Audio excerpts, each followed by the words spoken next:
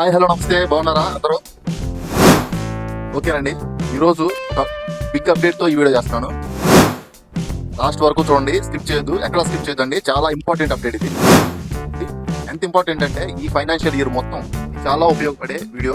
మీరు ఎక్కడ స్కిప్ చేయకుండా లాస్ట్ వరకు చూడండి. మీకోసమే ఈ బిగ్ అప్డేట్తో ఈ వీడియో చేస్తాను. Please subscribe to my YouTube channel. ఈ ఫైనాన్షియల్ ఇయర్ నుంచి భారీ మార్పులు చోటు చేసుకుని ఉన్నాయి. ఆర్బీఐ కొత్త నిబంధనల ప్రకారం డిజిటల్ లావాదేవీలకి 2 అంచెల భద్రత తప్పనిసరి కాగా యూపీఐ పరిమితులు, పాన్ కార్డు నిబంధనలు, రైల్వే టికెట్ క్యాన్సిలేషన్ రూల్స్ లో కీలక మార్పులు జరిగాయి. సో ఆ మార్పులు ఏంటో ఇవి పూర్తిగా తెలుసుకుందాం. ఈ వీడియోలో ప్రతిదీ వివరంగా చెప్తాను. ఎక్కడ స్కిప్ చేయొద్దు, లాస్ట్ వరకు చూడండి ప్లీజ్ అండి. ఒక విషయం మీకైతే తెలిసి ఉన్నట్టయితే ఈ వీడియోలో చేసే, లేదంటే నేను భవిష్యత్తులో చేసే ఏ వీడియోకి సంబంధించిందైనా సరే మీకు ఆల్రెడీ తెలిసి ఉంటే తెలియని వాళ్ళకి షేర్ చేయండి ప్లీజ్. ఎందుకంటే ప్రతి ఒక్కరికి ప్రతి విషయం తెలియాల్సిందన్న రూల్ ఏం లేదు.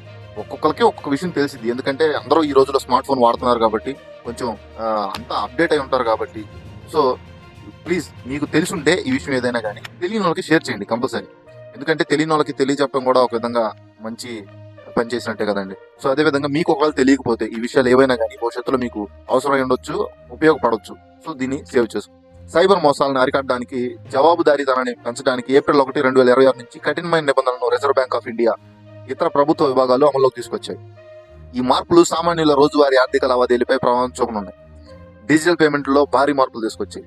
ఆర్థిక వ్యవస్థలో ఈ రోజు నుంచే పెను మార్పులు అయితే చోటు చేసుకుని ఉన్నాయి.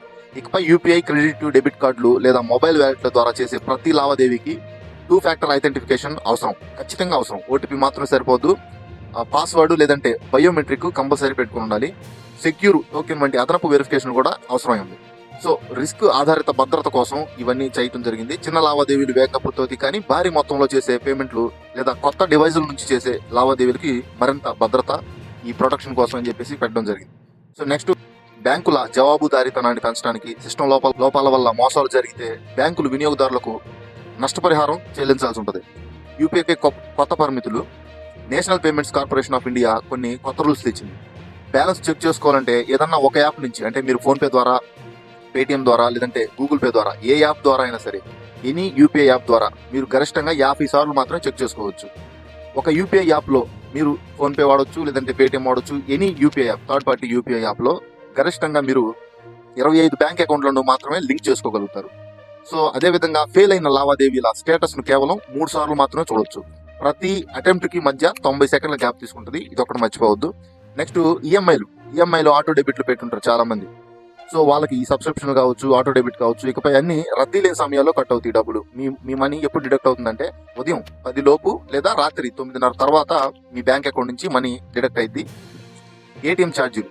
హెచ్డిఎఫ్సి వంటి బ్యాంకులు యూపీఐ ఆధారిత కార్డ్లెస్ విత్డ్రాల్స్ ను కూడా నెలవారీ ఉచిత పరిమితిలో లెక్కిస్తాయి. పరిమితి దాటితే ₹23 ప్లస్ ట్యాక్స్ ఛార్జీ పడింది, గమనించండి. Next, lounge access. RuPay platinum debit card హోల్డర్లకు అదివరకు విమానాశ్రయాలు, రైల్వే స్టేషన్లో ఉచిత లాంజ్ యాక్సెస్ ఉండేది. ఇప్పుడు దాన్ని తీసేశారు. ఫాస్టాగ్. వార్షిక పాస్ ధర ₹3,000 నుంచి ₹3,075 పెరిగింది. నెక్స్ట్, చాలా ఇంపార్టెంట్ అండి ఇది, రైల్వే టికెట్ల క్యాన్సిలేషన్.